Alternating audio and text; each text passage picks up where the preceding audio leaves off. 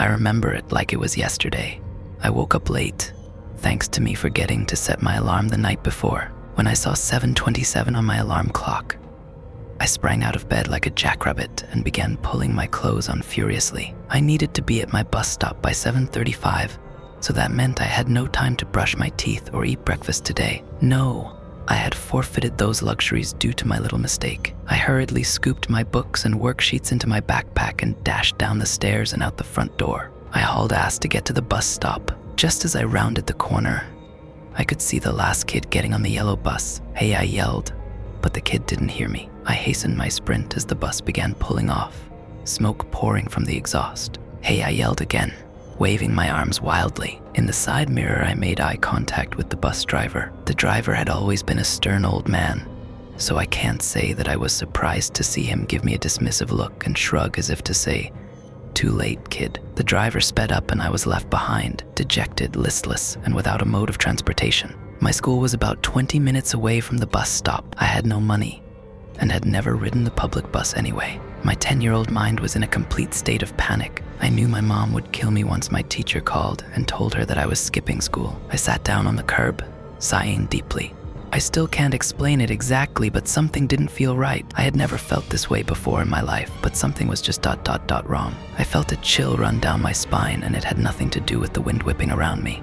I was even more unsettled due to the fact that the wind sounded chillingly like agonized screams ripping through the air. I looked up and noticed the beat-up, dirt-brown pickup truck chugging slowly down the street towards me. I don't know why I didn't run at the sight of it. I merely sat and watched as the truck pulled up right next to me and came to a halt. The driver's side window was already rolled down, and I could see a wizened old man wearing a dirty red cap gazing out at me. He flashed me a toothless smile before speaking. "What's wrong, kid?" "I missed my bus," I said with an air of defeat. The man stared at me for a moment before responding. "You need a ride." Yes, I had been taught to never talk to or accept rides from strangers. Still, I was a desperate 10-year-old who didn't want to get into trouble for missing school. "Yeah." I grabbed my backpack and walked over to the passenger door. I hopped in, slamming the door behind me. The inside of the man's truck was filthy. There were cans and old food packages on the floor, and the smell was overwhelming. I coughed and reached to let down the window. "Sorry, kid. That window doesn't work, and neither does the door from the inside." I looked at the man, who was looking at me intently. There was a little bit too much glee in his dark eyes, and I was beginning to feel very uncomfortable. "Where do you go to school?" he asked, and I told him. The man smiled again, then began driving. I looked up at his rearview mirror and saw what appeared to be a little girl's rainbow-colored bracelet hanging from it. My unease was out of control now, and though I tried to look away quickly, the old man caught me looking at it. "Oh, this." It was my daughter Jessica's. "I think about her every day." He reached out and caressed the bracelet. I stared out of the window, noticing that the man was going a completely different way than the bus driver usually did. What ... what happened to her?" I asked numbly. The old man was quiet for a few long seconds before answering. "Well ... she passed away in a car accident.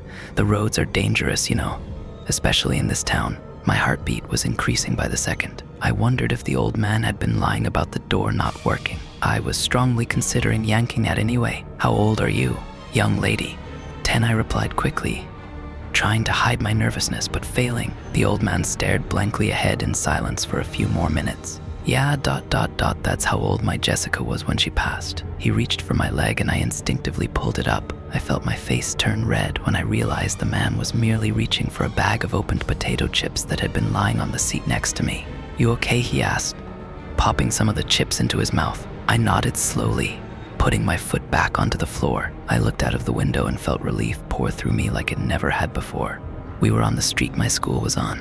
How had we gotten here so quickly? The old man must have taken some kind of shortcut. The truck pulled to a slow stop in front of the school, and the old man hopped out. He walked over to my side and opened the door for me. I climbed out, looking up into his wrinkled face. "Thanks for the ride, Mr." The old man nodded, giving me another smile. "No problem, sweetheart." He got back into the truck and drove away. I watched him go, wondering what the hell had just happened. What had my 10-year-old intuition been telling me? This man was clearly harmless, or else I probably wouldn't be at school right now. I shook my head and walked into the building. To my bewilderment, all of the teachers were crying.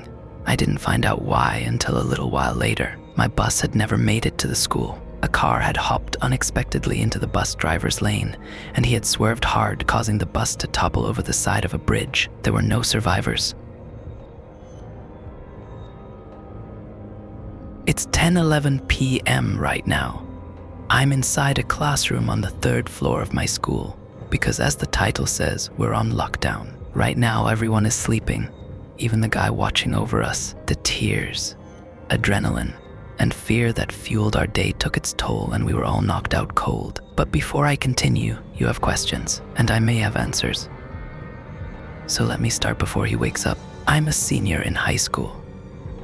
I live in a fairly safe neighborhood, with the exception of the only danger being drug deals. The whole thing started at about 1:25 p.m., passing period between 6th and 7th period. It was a typical school day, no special events happening or nothing out of the ordinary. My girlfriend and I were one of the last people to leave the classroom, since she had to ask the teacher a question, and being her boyfriend, I waited for her. We went to the 2nd floor to get my AP Environmental Science textbook before heading to the 3rd floor. We had about 3 minutes left in our 7-minute passing periods. We got to the 3rd floor of the school, and in a small hallway with 2 stairways on opposite ends of the hall. As we walked down the hall, I noticed a kid next to me wearing very dark and loose clothing.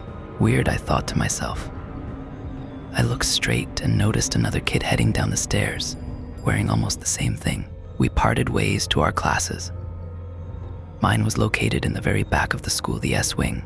My class is located in the back of the S-Wing. Class began, and so did our daily routine. There's a kid named Matt who sits the back of the classroom and mainly keeps to himself. He never participates and always does projects alone. For whatever odd reason, we was dressed like he was ready for a baseball game, with a jersey and baseball bag with bats. Pretty damn odd if you ask me. The teacher asked us to pull out our homework, and we complied. That's when it all happened. Suddenly, we heard popping noises in rapid succession from down below, and screaming. "What the hell is going on?" one of my classmates asked. He went to leave the classroom to investigate. Just then, Matt stood up and clocked the kid across the head with one of the bats. He flew onto the floor, and Matt pulled out a gun from his jacket. "Get the fuck on the floor," he screamed at us. We all screamed. We dove on the floor, and everyone was crying instantaneously. I looked at Matt from head to toe before I knelt down with my hands behind my head. Everyone was staring at our classmate, who was laying on the floor in a pool of blood. He groaned and tried to get up. Matt walked over to him, fist clenching the bat. He raised the bat in the air and delivered a blow to his face. Blood splattered everywhere, and he laid there motionless. There was more gunshots from below. The school rattled with gunshots and screaming. The first thing I had on my mind was my girlfriend. I needed to make sure she was safe. Phones. Give them to me. Now Matt pointed his gun at us. "What the fuck do you want from us?" Someone shouted at him as people began to put their phones in a bag. Matt looked at the guy and walked over to him. A distraction, I thought to myself. I quickly pulled out my phone and tried to shoot a quick text to my girlfriend. "Are you okay?" I typed at near superhuman speed. Then I slid my phone face down under the desk. Matt hit the guy who questioned him. He walked over to me to get my cell phone. "It's not with me. I forgot it in the gym locker." Matt looked at me for a good 10 seconds before moving on to the next kid. After collecting all the cell phones and threw them in his bag. "All right, motherfuckers. I'm in charge now. You are to listen to whatever the fuck I say, and you will do exactly as I say, or you will end up like your friend over there." He motioned to our dead classmate. "Do you fuckers understand?" We all nodded. Let me try to provide some background on Matt, or at least whatever I know about him. I'm sure there is something wrong with Matt. We'd always hear him talking to himself while his head is down in his arms. He hangs out with the outcasts in our grade and is very distant from almost everyone. I don't want to say this, but I'm sure his family practically disowned him. One of my friends told me that they once saw his dad pick him up from school, and Matt had to practically jump in the car while the car was still going 30 mph. No one recalls ever seeing him with his parents during special events. Reason why I said this is because Matt sat up on the teacher's desk and pulled out his phone. He started reading his messages out loud. Doors and stairs are secured. He was reading texts. I could tell because his thumb was doing the swiping motion. "Cops are outside. They're trying to find a way in." Matt smiled and started typing. These fuckers are in for a surprise once they try to open the door. I was trying to formulate a plan. One of my dreams has become reality. By the way, I'm sorry if it seems like I'm making this school shooting seem like a good thing. It most definitely is not. But for some reason, I think about these situations out of boredom. I come up with contingency plans in case my school gets shot up or my workplace or the grocery store. I think about these things and I have no clue why. It's just the person I am.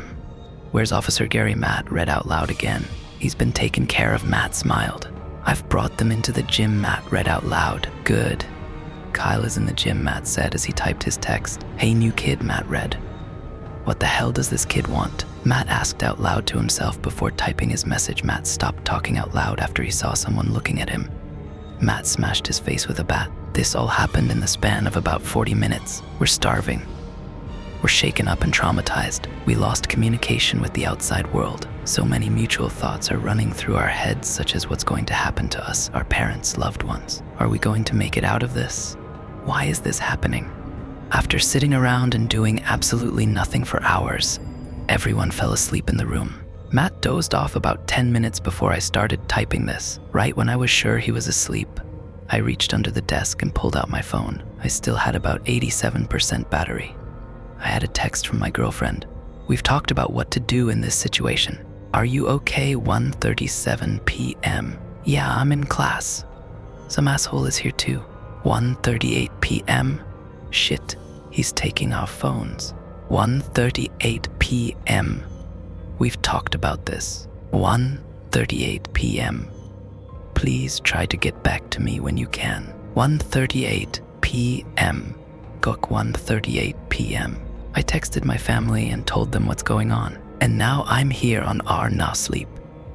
It's 11:01 p.m. now. I'm sorry if I seem very disorganized, unlike other entries on our no sleep. There's just so many damn thoughts going through my mind. I'm going to take a quick moment and list what I know and what I don't know. What I know, there's a group of these guys holding up the school. The cops can't get in because the doors have either been A, barricaded, or B, blocked in some other way. All electronics have been confiscated. This is a planned attack. Matt is new to their group. What I don't know, Matt is new, which means he could have no little experience in this type of situation. However, I don't know that. He could have experience or he could have no idea what he's doing. These guys are armed and so is Matt. I don't know what their plan is. I don't know why they decided to shoot up the school. A lot of you may be screaming at your screens that now is the time to go up to Matt and fucking bust his ass. As tempting as it is, now isn't the time. I need answers. I need to know why this is happening and what they want from us. This isn't Columbine or Virginia Tech. This isn't a murder, suicide, or your typical school shooting. They aren't shooting this school up because of rage. They want something and I need to find out what that is. I need rest. I have what it takes to get to the bottom of this, but I can't do this alone. So if anyone from my school happens to see this, please contact me. We need to take these guys down. It's time to put my skills to the test. I'll try to provide an update tomorrow if I can. If not, spread this news to everyone. We don't know how long this holdup will last, but this information could save lives. I gotta throw my phone back under the desk now. See ya. Edit, it's 12:16 p.m. I'll alive. I'll try to update soon. Edit, it's 3:37 p.m. I posted an update about an hour ago, but it was taken down by the mods. I'll repost it tonight, and based off what we're about to do, it's gonna be a long one. Edit 4:21 p.m. Fuck, this is not going as planned. Fuck. Edit 4:35 p.m. We barricaded ourselves in a classroom. Expect a huge update tonight. It's Friday, March 3rd, 2017. 6:07 p.m. A lot has happened since yesterday. My last post was removed once again, but because this chronicle doesn't fit in the horror genre, I deeply apologize to anyone who wanted to know what happened but couldn't. Shit's about to go down pretty soon, and when this is all settled, I'll let you know what happened yesterday and what's about to happen right now. This ends tonight. March 4th, 2017, 10:17 a.m. We did it. We're alive and out of the school. Here's a scope of what happened. I used Matt's phone to lure one of his friends into a bathroom where we ambushed him and beat his head in his head. There were still 3 guys left and were to be found in the library gym, and the other one was wandering the school. At approximately 1 a.m. last night, I rallied up my buddies and we decided to turn the tables and bring the fight to them. We got the police on the phone and ran to a side entrance, and they helped us deactivate the devices. Thankfully, Brad is some sort of electronic genius, so we got this done no problem. The police got in the building and they tried to force us to get out, but we did not comply and wanted to help evacuate the building. We ran to the classrooms and told them it is safe to get out and where to exit. Dakota ran back to our classroom and took the 3rd floor with Jake. Ryan and Brad took the 2nd floor, and Alex and I took the 1st. I passed the library and heard gunshots. I ran for cover and pulled out the gun I had, and more gunshots went off. Then I realized the gunshots were coming from inside the library. I peeked inside through the door, and one of those fuckers started executing the students inside. I can't run to get a cop because by the time I get back with one, they could all be dead. If I screamed for help, he'll hear I'm outside and then kill all at once. I had to take matters into my own hands. I approached the door and got myself together. I had to shoot and I had to kill. I opened the door and clicked the safety. The first thing I saw was the fucker standing on the table and about 7 bodies surrounding him. He spun around and I lifted my gun. 2 gunshots filled the room. His bullet grazed my arm and my bullet met its mark on the lead side of his chest. He yelled and fell off the table. Everyone in the room screamed and I yelled at them to get the hell out of there. I ran to the guy and finished him off with a bullet to his head. I got out of the library and heard yelling and gunshots from the floor above me. My buddies and I regrouped and we went for the gym. We heard yelling down the hall. Police had swarmed the outside of the gym. Don't go in. He's threatening that he has a bomb. Have you tried going upstairs through the balconies? Alex asked. I said we can't go in because he's threatening that he has a bomb. I thought about what to do. The police couldn't enter through the upstairs part of the gym through the wrestling and weight balconies. Then I had an idea. I pulled out Matt's cell phone and called the guy who was in there. His name was Kyle. Let us in and let them out. This fight is over. Those innocent people are not a part of this. We'll bring no weapons and no cops. I just want to talk. We'll figure something out. You'll walk out of this alive as long as we can all come to an understanding. He was quiet for a moment. Fine. About 50 people ran out of the gym and were escorted out by a few police officers. We put our guns down and the police gave us the okay. We walked in. There had to be at least 50 kids in there with this guy. He had his gun pointed down at them, and in his other hand was a button that was wired to the inside of his jacket. He lowered his hand with the button. What is it that you want? We tried to sound as peaceful as possible. We're listening. All we wanted was to be known. We slowly walked towards him as we listened. We see all these popular guys, athletes, hoes, anything. They're all known for doing something, he continued. Then one day I realized with these school shootings, no one ever forgets those. Virginia Tech, Columbine, Sandy Hook. No one forgets those. No one ever will. So, I thought if we can orchestrate the greatest school shooting ever known to man, we'll definitely be remembered for years. So you did all of this just so people know you exist. Jake said with disgust, you gotta do what you gotta do. Well, this isn't just your typical school shooting. We've managed to keep you guys in here for 3 nights straight. I'm sure we've beaten ice. We paused for a moment. The police aren't planning on taking you alive, so I suggest you come with us and we'll reason with them so you get out of here alive. We walked towards him. He raised his gun at us. Back off, we complied. You and your friends have killed maybe over 100 people. The police have orders to shoot on sight, and we want you leaving this building in handcuffs, not in a bag, I reasoned. No one deserves death, no matter what they did to think they deserve it. I don't plan on getting out of here alive. He turned his gun to me and fired. I was pushed onto the floor. I turned and saw Alex laying on the ground with my friends on the floor kneeling beside him. I looked up at Kyle. Then another gunshot rang. Kyle fell face first onto the floor. We looked to the wrestling balcony where the sound had came from. It was Matt. Please forgive us. He then turned the gun onto himself and another shot rang out. Jake got up and ran to the door and alerted the police. I got up and went to Alex. This guy just saved my life. They got Alex out of there and we got out of the school. I told the officers to get up to the wrestling balcony and get Matt's body. Somehow Matt must went around the police and entered the wrestling balcony through the other side. The police did one final sweep of the building to make sure everyone was out once we got out. Alex was put in an ambulance and immediately driven off to the hospital. As for me and my friends, we were also put in an ambulance and brought to the hospital. I had completely forgotten I was wounded in my arm. Right now, I'm in the hospital typing this on my phone. Thanks to your efforts, Redditors, we've managed to save as many lives as we can, even though it doesn't mean everyone. But we did what we could. The school is going to be shut down for quite a long time. I don't know if we'll have to go to a different school for now, but we'll see. Thank you everyone for helping us. It's been a long 3 nights. Thank you. I have been doing this for a lot of years. Sure, I have changed schools a couple of times, had to even move states to help with my wife's elderly parents, but I have always viewed the kids on my bus as an extension of my family. At the beginning of the school year, I prepare a welcome bag for them, something simple like a box of crayons and pencils for the kindergartners, and maybe a few notebooks for the upper grades.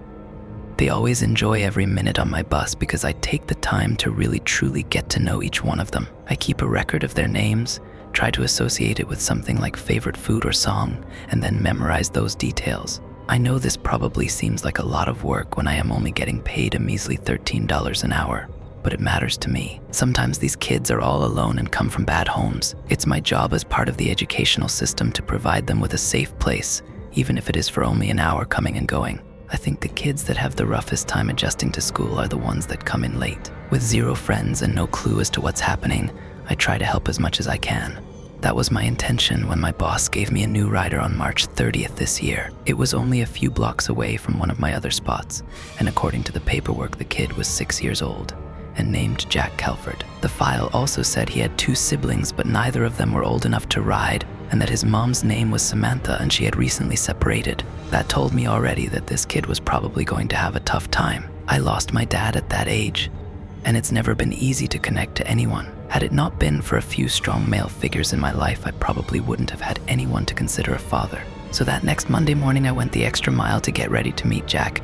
I got 2 sets of crayons, pencils, some staplers and glue, and even a backpack with wheels. I drove up to pick him up around 7:15, the time we had arranged with the mom, and got my first look at his house. A few of the other kids were already making a few remarks because of the dirty, unclean nature of their yard, but I guessed that the mom probably didn't have many choices when it came to finding housing. I've always been the kind to give people the benefit of the doubt. I put my air brake on and the flashing lights told them I was outside. As I opened the door, I smelled this strange, distant odor. I couldn't quite put my finger on it at first, but it was very distinct. I think it reminded me of something I had found under my house once, like old mold. But Jack never came out, and I knew I couldn't wait, so I drove away. The other kids jeered, and I had to focus on settling them down the rest of the ride to the elementary as I thought about Jack and his current home conditions. I wanted to know for sure he was okay. Jack didn't show up to get on the afternoon route either, and I asked my boss if I had gotten the wrong address. You know how it is. Parents never remember the first time they try to get their kids out to the bus on time. I couldn't argue with that, so the next day I decided to wait for a few extra minutes to make sure Jack could make it on the bus. Again, when I opened the door, I smelled the repugnant odor, and I felt my mouth starting to go dry. A few of the kids that I had already picked were starting to complain, so I honked the horn. Jack's mom waved at the window and I smiled, glad to finally make some progress. A few seconds later, the door to their house opened, and I saw Jack step out. I've seen a lot of kids come from bad situations, but the way this boy was dressed just hurt my heart. It was clear that the mom couldn't afford to get him clean pants, or even a shirt that was the right size. And as he got closer to the bus door, I saw that his face was dirty, and that odor I had detected earlier seemed to follow him as he got on the bus. It took me a moment to refrain from being repulsed by the smell. I knew it wasn't this child's fault, so I smiled at him and offered him the backpack filled with goodies that I had been planning to give him the day before. "Welcome aboard, Jack. You can call me Mr. Charlie," I said with a broad smile. The boy made no response and just took the bag and shuffled his feet toward the back of the school bus. As he passed the others' kid by, several of them started to make sarcastic and derogatory comments about his smell. "Did you sleep in dog crap? Don't you own a bath? Disgusting," one little girl shouted. Jack didn't bother to lash out. He just quietly got to the back of the bus and found an empty seat. Unsurprisingly, nobody wanted to sit by him. Near the end of my route before we get to school, my bus gets typically packed and I nearly got into an argument with a high schooler about Jack. "Mr. Charles, that kid smells like death," the girl said, holding her nose and trying not to gag. "You either sit there or you walk to school," I shouted at her. I hated to raise my voice, but the truth was during the entire bus ride, The other kids had complained. I knew that Jack was going to have problems as soon as he got into class. After all the kids got off, I gave Jack a half-hearted smile and hoped that his teachers could find a way to get off that awful smell. I didn't want to jump to conclusions, but I couldn't imagine that his mother wanted him to go to school smelling like this. It just bothered me to no end, especially what that one girl had said. Jack smelled like he was covered in the odor of death. That wasn't an exaggeration. It literally could only be described as the smell you could get if you had killed an animal and left it out in the hot sun for a week. And it made me so sad to imagine that poor kid having to be bullied and taunted all day because of that smell. Not to my surprise, that afternoon I found out Jack's teacher had made him go home early because too many people had complained about his smell. I don't think we can let this kid ride on the bus until his mom takes him to a doctor and figures out why he stinks so much, my boss said. That just rubbed me the wrong way even more. It's not their fault. Larry, if you saw his house, you would understand. These people are poor. They need some help, I told him. Maybe so, but that isn't our problem. We have about 50 other kids to take care of on that route, and we can't be busy worrying about just one. The school will handle it from here, my boss told me. I told him I was fine with that, but it just sat wrong with me. I wanted to do something more than just stop and check to see if he could ride on the bus yet. Maybe it wasn't my place to do any of this, but my heart just went out to the kid. I went to Walmart that afternoon and bought him everything I felt he needed, and waited until I got off work to stop by his house. I've always been told that after hours we aren't supposed to get sociable with our kids or their family, but I kind of felt like this was an exception. I got there about 4:15 and parked my car right in front of their driveway, so there wasn't any surprise about someone being there. I grabbed the backpack and walked up the door, doing my best to ignore the pungent smell that was all across the entire front yard. Knocking on the door, I held the backpack behind my leg and got a better look at the toys that Jack was playing with scattered throughout the yard. There were dolls with their heads bitten off as though the boy had been chewing on them. Mismatched Lego sets that didn't seem to have any particular pattern, and action figures that reminded me of those messed up toys from the first Pixar film. All of it told me a troubling story about how Jack's home life was going. Was that the reason for his smell? His mother appeared at the door a moment later, her eyes filled with questions and surprise at seeing me. Who are you? She asked. Mom. I don't mean to bother, but I work with the school. I'm your son's school bus driver, I told her as I briefly glanced inside their home. The mess that was covering the yard easily spread into the first living area. Was it that bad that she couldn't clean up after themselves? I didn't want to judge, so instead I showed her the gifts I brought for Jack. I know that you want to give your child a good education, and all of us at the school are worried about him. This is my way of pitching in to help, I said, offering the backpack to her. Her eyes welled up with tears, and I wasn't sure if she was going to have a breakdown or shout in my face. Sometimes it was impossible to be sure how a parent would react. I can't accept this, she finally said. That was not the response I was expecting. Before I knew how to even reply, she closed her door hastily, and I was standing on the trash-covered front step of her house alone. I sighed, figuring that she must have her reasons, and left the bag with the clothes at the side of her door. I didn't mean to embarrass her, but now my main concern was for the welfare of her child. The next day Jack wrote it seemed like his mom had overcome her apprehensive attitude because he was wearing the clothes I had bought. They fit him almost perfect. Walking out to the bus, I saw he seemed happier than before, and I thought maybe this was the start of a new chapter for him. That changed, though, when I opened the door to let him on the bus. That same foul smell covered him like a stench despite the new clothes, and this time I found myself doing my best to avoid throwing up. It was that bad. Didn't you take a shower? A girl on the front seat asked. Jack glared at her, seemingly embarrassed that his new clothes weren't hiding his smell, and then tossed his backpack down and ran back inside his house. Some of the kids giggled, and it took all my self-control not to yell for them to quiet. But I knew one thing for certain. Jack wouldn't be going back to school until that smell was off his body permanently. I don't know why I felt obligated to reach out and help. Maybe because I was already so invested in him. Maybe because he reminded me of myself. But that afternoon I stopped by their house again with a new goal. It occurred to me that maybe his mother couldn't afford clean water. I wanted to extend my house to you and your son, I told her. I knew that being older she wouldn't consider my intentions to be anything except friendly, but she still declined.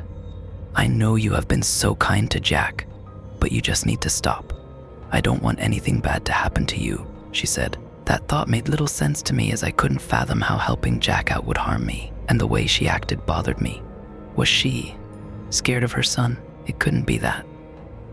I felt like she was hiding something. She had turned away help from me and from the school time and time again, and I couldn't grasp why that was. So I did something I have never had to do in my career and contacted SPI. I think I was a little angry, maybe because I was just so worried about Jack, but I couldn't think of any other way to help him. I told the representative that I talked to the entire situation, and they thanked me for my diligence. "You have done an amazing job, Mr. Charles. We will handle it from here," a woman told me. That whole weekend my stomach churned and I worried about what would happen to Jack. They said they would get to his house as quickly as possible, but I wasn't so sure it was going to be that easy. Monday rolled around again, and I tried to resume normal life and put the worry out of my head, but it got stronger as I arrived at Jack's house. Something was wrong. This time, as he boarded the bus, he looked angry and hostile, as though I had stabbed him in the heart. The smell was also stronger than it had ever been. I literally had to hold my breath when he was near me, and I saw his mother standing in the doorstep glaring at me. It looked like her arm was covered in scratches. Had Jack attacked her because he was apprehensive about returning to school? It bothered me to no end. What if Seeps had come but hadn't found anything disturbing at all? It all felt like something had happened in that house, and it wasn't good. I have made it a habit of mine to trust my gut, and this told me I needed to get inside that house and find out what was happening. I was sure I would likely lose my job over this, but I needed to know the truth about why Jack's smell hadn't gone away. Why Kepps had not taken this kid away to a better home. I needed answers. "Jack, is there something happening in your house that you are scared of?" I asked the boy. I made sure he was the last one off that day. I knew the mother would open the door when she saw the school bus, and it was going to be my only chance. He only nodded, not even bothering to explain. Not that he needed to. That told me that this mom was not the doting, concerned parent I had given the benefit of the doubt to. So I helped him off the bus and walked up to the door. The mom saw the look on my face and said, "You shouldn't be here. I need to see Jack's room. He took something from me and I want it back." This was the lie I had prepared by slipping my Rolex into his pack from the previous day. The mom hesitated at first, and then looked down at her son, as though checking with him that it was all right. Jack gave a slight nod, and then led me inside. The smell of death was even stronger here. I swear I saw a dead cat in the corner of the room, and it seemed like feces covered the floor. Jack guided me by the hand to a set of stairs that led to the basement. "What's down there?" I whispered. My blood was boiling. I was so angry with the mom for letting them live this way, but Jack didn't seem bothered. He just tugged my hand and encouraged me to come down with him and said my room. The basement was damp and moldy, a single dim bulb burning and hanging from a clothes string. As we got to the bottom of the stairs, I saw something on the floor that looked like it was made of wood and had a cover on top of it. Getting closer, I realized it was a tiny coffin, just large enough for Jack. "Is there where you sleep?" I asked. He nodded and I heard a muffled scream. There against the wall was a man about half my age, probably old enough to be Jack's father. He was chained up and had half of his stomach pulled out, blood dripping on the concrete floor. His noises distracted Jack and he went over to his father, and I watched in shock as he began to feed on the mangled organs dangling from his side. I stumbled back toward the steps, my eyes not daring to look away as Jack kept eating and snarling. This was no way for a child to live. But then the glint in his eyes and the way his teeth gnashed against his dad's flesh told me the truth. This was not a child at all. It was a ghoul. I ran up the stairs. The mother was there, trembling and crying as she watched helplessly. "Why don't you tell the police?" I asked frantically. She covered her mouth as she watched her son keep feeding. "Have you ever had children, Mr. Charles?" I ran from the house and toward the bus. I got back to work as quickly as possible, and when I shut the bus down, I held my breath for a few moments and counted to 10. Then I realized I had left Jack's backpack on the bus again. The stench of death was still coming from it. I dared to unzip it and looked down to see decaying flesh stuffed in his pack like lunch meat. I pushed it away and gagged. I needed to tell someone. As I got off the bus, I found myself staring at Jack. Somehow he had followed me from his house a few blocks away. "You can't tell anyone," he warned. Then he gestured toward the pack and encouraged me to unzip it again. I looked in the goop of blood and bones and saw something shiny in there. I reached in and pulled it out. It was the badge of one of the Skeps employees. I looked up at Jack and he smiled and walked away. Ever since that day, I have had Jack sit on the front row of the bus and given him the best treatment. I've recommended his teachers do the same.